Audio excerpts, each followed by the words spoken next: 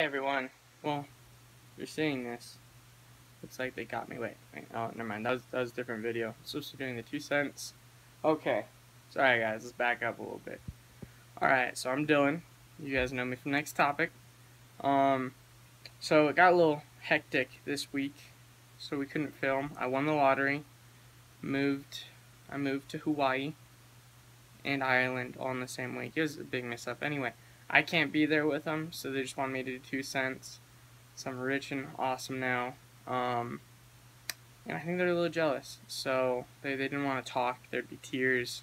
Just, whatever. But anyway, I have a topic that I don't know why it bothers me so much, but it does. And I've had this actual topic that I like talking about probably for about a year now, and no one ever wants to debate this topic with me because, well, quite frankly, they find it annoyingly irritating. Anyway, so I have decided I don't like prunes.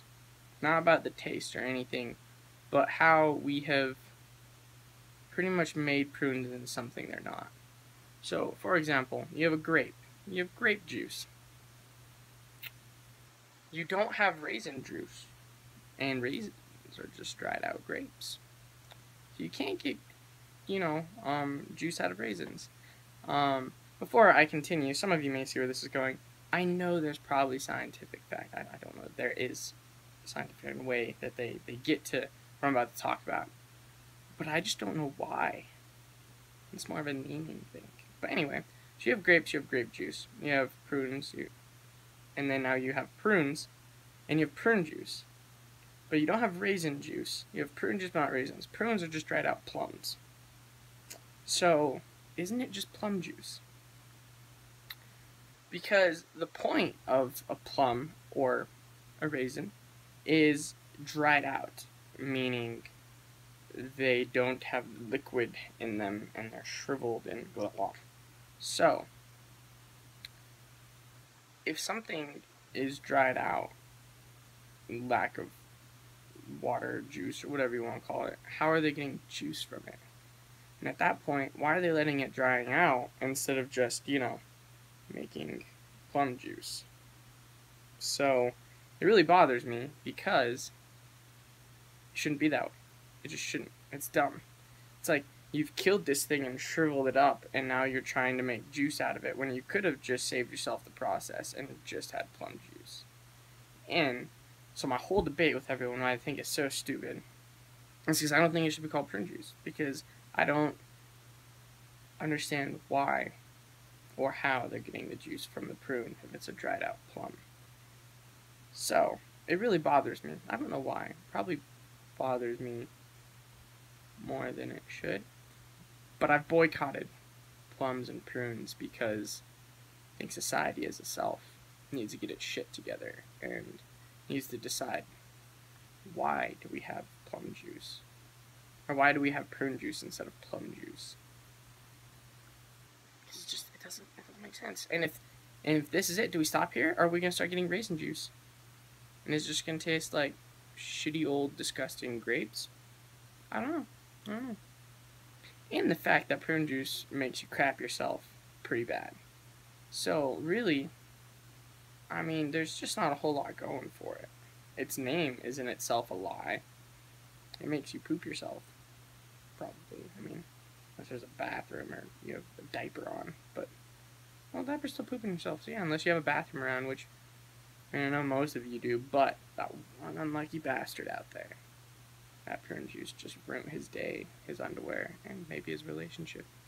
So, that's my thing. I want you guys to really think about it and just see what they're doing to us with things that are stupid like this. They're confusing us. They're getting in our heads. It's, in all honesty, probably the computers and the robots. But that's a whole nother story in itself. Well, guys, that's my 2 cents on prune juice and how it makes no sense. It's stupid. And another thing I wanted to talk about are, so I know some people have these as pets, and those people are, I don't understand.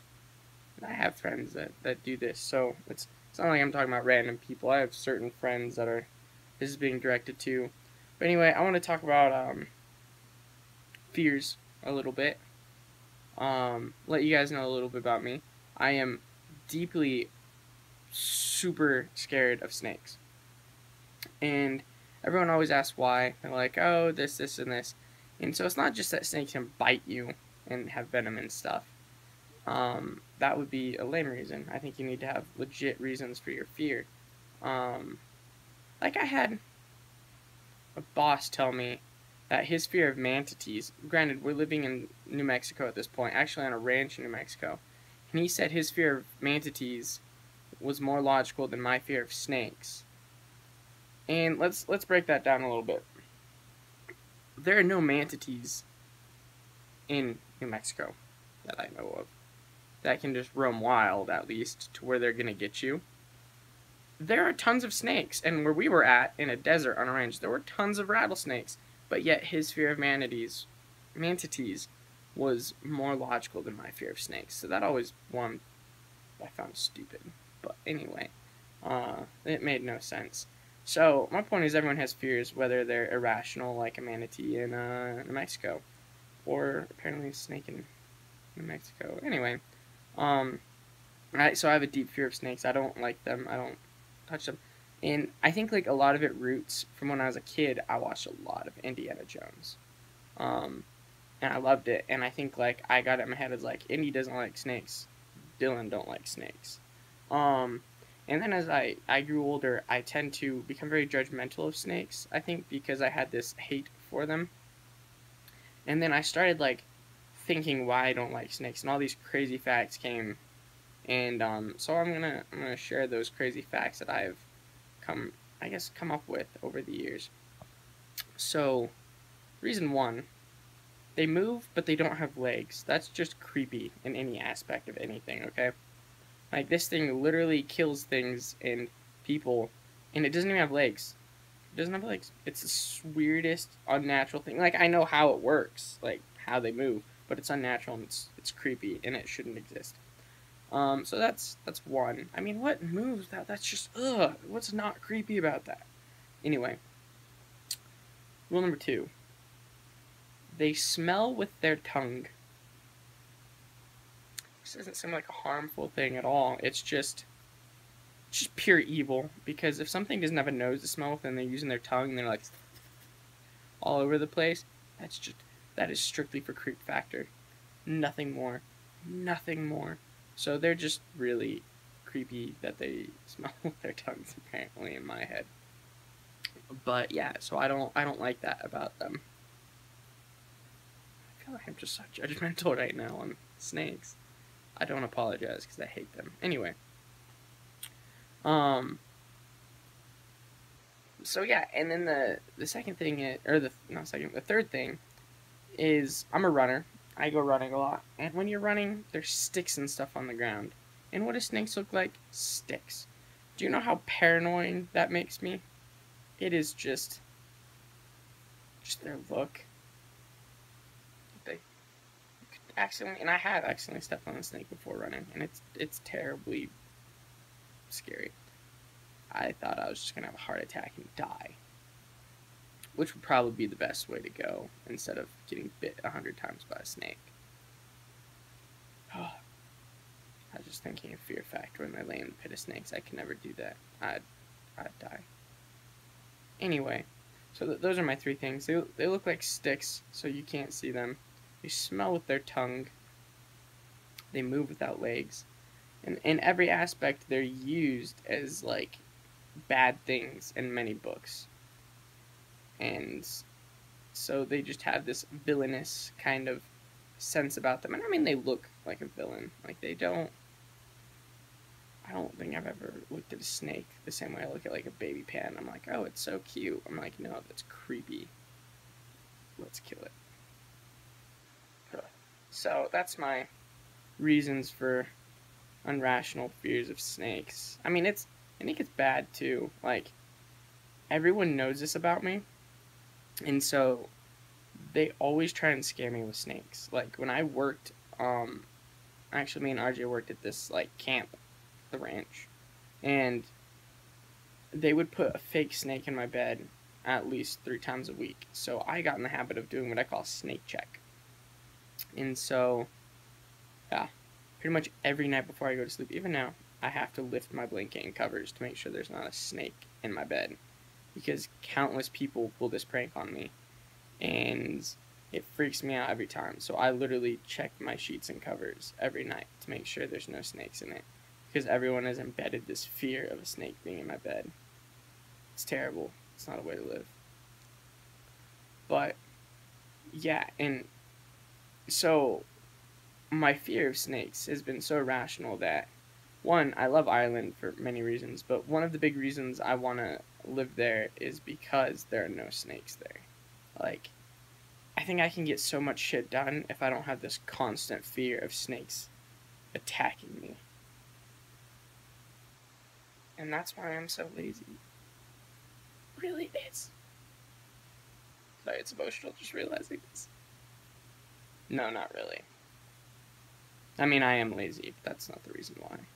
It's a really good excuse, though. I'm going to start using it. It really is. But anyway, that's my irrational fear of snakes. But rational at the same time. Remember, they do kill people. Probably they kill more animals than they do people because they eat animals. But people still die by them. Or at least get injured or bit. Maybe not die. But they still kill. Like, maybe once a year. And that once a year could be you 1 year, possibly. Probably not, but maybe. So yeah. But if I ever do disappear or go crazy, I'm definitely become a world famous snake murderer. It'd be pretty dope. That's like my backup plan in life. I don't know if there's money in that, but maybe I should really rethink my backup plan. I don't think you can sell snake pelts. Anyway, this is a private thought. Probably don't need to or want to hear that. But anyway, so that's my 2 cents on snakes and prunes, and how both of them are evil and can kill you or make you crap your pants. I hear myself sometimes, and I'm so stupid. But that is the 2 cents for this week. Thanks for listening to this little mini series thing. And I hope you guys come out hating prunes and snakes just as much as I do. Have a good day.